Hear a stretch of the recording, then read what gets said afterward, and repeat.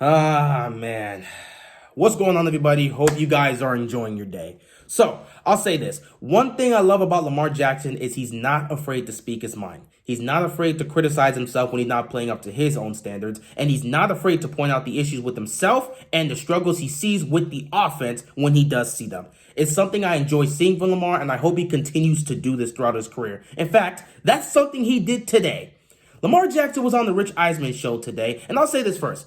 I love Rich Eisen. He's one of the few guys that's objective with his takes, and he's specifically one of the few guys that's been objective with Lamar Jackson and hasn't been feeding into the narratives that the media likes to push out, like Lamar Jackson's never won a big game. What type of idiotic narrative is that? Did you not? Okay, we're not here about that.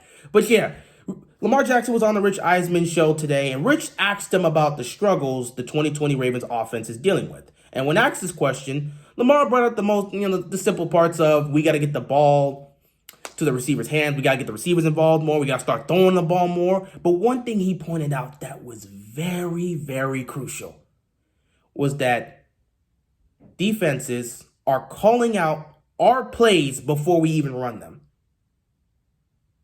Excuse me? Did Lamar Jackson just go on the Rich Eisen show and say that defenses are calling out our plays before we even snap the ball? Oh, man, this is interesting. So you mean to tell me, pre-snap, that defenses are calling out what plays we're running, where the ball could be going, who's going to do what, and how to cover it before Lamar can even snap the ball? Oh, this is interesting. Greg Roman. Oh, Greg Roman, your play calling, it's been figured out. It's been figured out. If your quarterback is coming out here and saying that defenses are calling out our plays, it's clear as day that your play calling has been figured out by the league. Now, this is not something that's really surprising to me. We've, kind of seen this over the last couple weeks. Remember the Cincinnati game, literally somebody calling out, we know where the ball's going to. It's going to 89 or it's going to 15. We know where the ball's going to. Defenses have already recognized the type of plays we're calling. Remember the Steelers game, 4th and 2, empty backfield? We already know what's about to happen. Lamar's not going to throw the ball in an empty backfield. We don't throw the ball when it's an empty backfield. We're going to run it. They didn't even prepare for the pass. Dudes were open, and I remember people pointing out, well, Hollywood was open. Yeah, Hollywood was open because the defense knew we weren't going to throw the football. Defenses have figured out your game plan, Greg Roman. They know the plays we're going to run before we even run them. That speaks volumes. And that basically solidified what I said last week against the Colts. Greg Roman's play calling is predictable. I think we've all known this, but we've ignored it for the most part. I think we've got to get past this point where we're saying Greg Roman's play calling is terrible, is garbage. It's not bad because it's not like it can't work. The issue is it's predictable. If your play calling is predictable and defenses know what you're going to do before the ball is even snapped, even if it's a good play call, it's not going to work out because they've already prepared and they already know what's about to happen. That is very interesting. And I'm not surprised to see this because we've been seeing this for much of this season. Greg Roman's play calling is predictable and defenses have figured it out. And I feel like with this coming out and with Lamar Jackson, the man himself, saying this, I think we've got to take a step back and take some of the blame off of the receivers. Now, granted, the receivers have not played well. They have not executed well. And during the times they've been open, there have been a lot of drops. So they still deserve the blame for not executing right. Boykin, when he was running the wrong routes, that was kind of his fault. And Hollywood, when he dropped that pass last week, that was his fault. So we can't put that specific part on Greg Roman. I do believe the receivers definitely need to be held accountable, and they definitely get part of the blame. Same for the offensive line that has not been protecting Lamar Jackson well. They deserve blame. And Lamar Jackson himself, when he's not playing well, he deserves blame.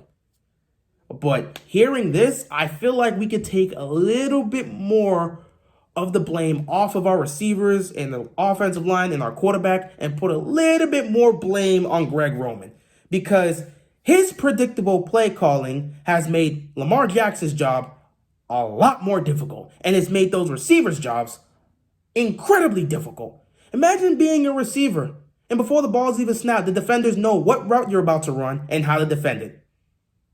Is it no surprise nobody can get open on the... Is it really no surprise that nobody can get open in defensive secondary? Like, none of our receivers can get open. Is it really that much of a surprise? Now, granted, Hollywood Brown, he occasionally gets open, and Lamar's got to target him more. But should we really be surprised at this point that these receivers can't get open against defenses? They can't get any separation?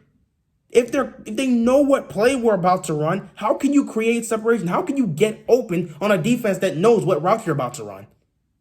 That speaks volumes, man. And Lamar himself, how is he supposed to be nearly as productive as he would have been in the past if defenses already know what play he's going to call and who he's looking for on that play? That makes it a whole lot difficult for that offense. So everybody on the offense gets blamed. Lamar gets blamed. Offensive line gets blamed. Receivers get blamed. But I feel like Lamar coming out and saying that defenses are actively calling out our plays on the field just before the snap, that speaks volumes, man. And I feel like we got to take some of the blame off of them and put it on Greg Roman. Greg Roman and his coaching staff has failed Lamar Jackson in the offense by being predictable. That is not good, man. Now, of course, this is something that can be fixed. I mean, let's not act like it's game over. This can be fixed. And despite the fact that our play calling has been, for the most part, predictable, we're 6-2. So I think we're not at the point where we should just panic and be like, oh my God, the fact that they know our plays, it's over, man. It's over. We need to fire this dude. No, I think we take a step back. I know I was one to say early on we should fire Greg Roman, but at this stage of the game, this is his offense. It works with Lamar Jackson. We're going to have to deal with them. If you want to choose to fire him at the end of the season, that's cool because you can bring in somebody else that can build his own system and work with Lamar Jackson and do all that stuff. But I don't think at this point firing Greg Roman is going to be the answer. What needs to happen is I can't even say creativity, but things that we were doing last year need to be applied. When it comes to the basic passing plays Greg Roman is calling, that's not going to change. Greg Roman's not about to become no passing guru overnight. What the man knows is running plays. He doesn't know passing concepts. He cannot create a creative passing concept. That's not going to happen under Greg Roman. And we understand that. That's part of the reason why our offense is so predictable. However, what he can do is hide that level of predictability by doing some of the things he did last year. Pre-snap motions, something we have not seen from most of this season. I don't know where the pre-snap motions went. That did a great job in confusing defenses as to where the ball could be going. A lot of pre-snap motions were doing so well in tricking defenses, and that's just gone this season. That needs to come back. We got to get more rollouts for Lamar Jackson. That could definitely help out for the most part. We got to get more crossing patterns on this play calling for the pass plays. That was effective last year. It can be effective this year. And most importantly, the pace at which we run our offense needs to be faster. We saw the Ravens offense increase the pace at which they run their offense in the second half of the Colts game. And we saw the results it brought. That is the type of pace this offense needs to run as. If they can keep up that level of fast pace, they're going to make it so much more difficult for defenses to be able to stop and cover them. They may know what play is going to happen, but if you're not able to keep up with the play, it's not going to matter. That's what Greg Roman was doing a lot of last season that covered up the weaknesses of his own play calling. He could still bring that back, and it could work. We saw the Colts game. If you increase the pace at which this offense can play, defenses are going to have trouble keeping it up. You take that, you mix in some more motions on the pre-snap, you put some more rollouts for Lamar Jackson, you add some more RPOs to the offense for Lamar Jackson, you add some more crossing patterns for the receivers to give them more opportunities because it worked out last season. You do all of this,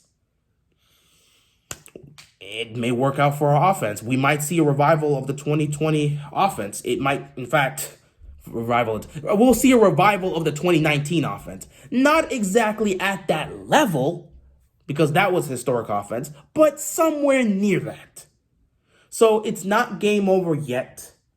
But I think Lamar Jackson going on that show and pointing that out should be a wake-up call to Greg Roman to be like, Yeah, my play calling's predictable. Let's get back to what we were doing last season and see if that could work out.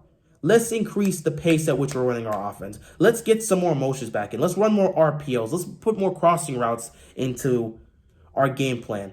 Let's try to keep the defense on their toes every time we go out there and snap the ball. That is something Greg Roman's going to have to do. He's never going to become a passing guru, and his overall passing plays are not going to get any more creative because that's just not Greg Roman. But we can hide these things like we did last year. Now, how far will that take us?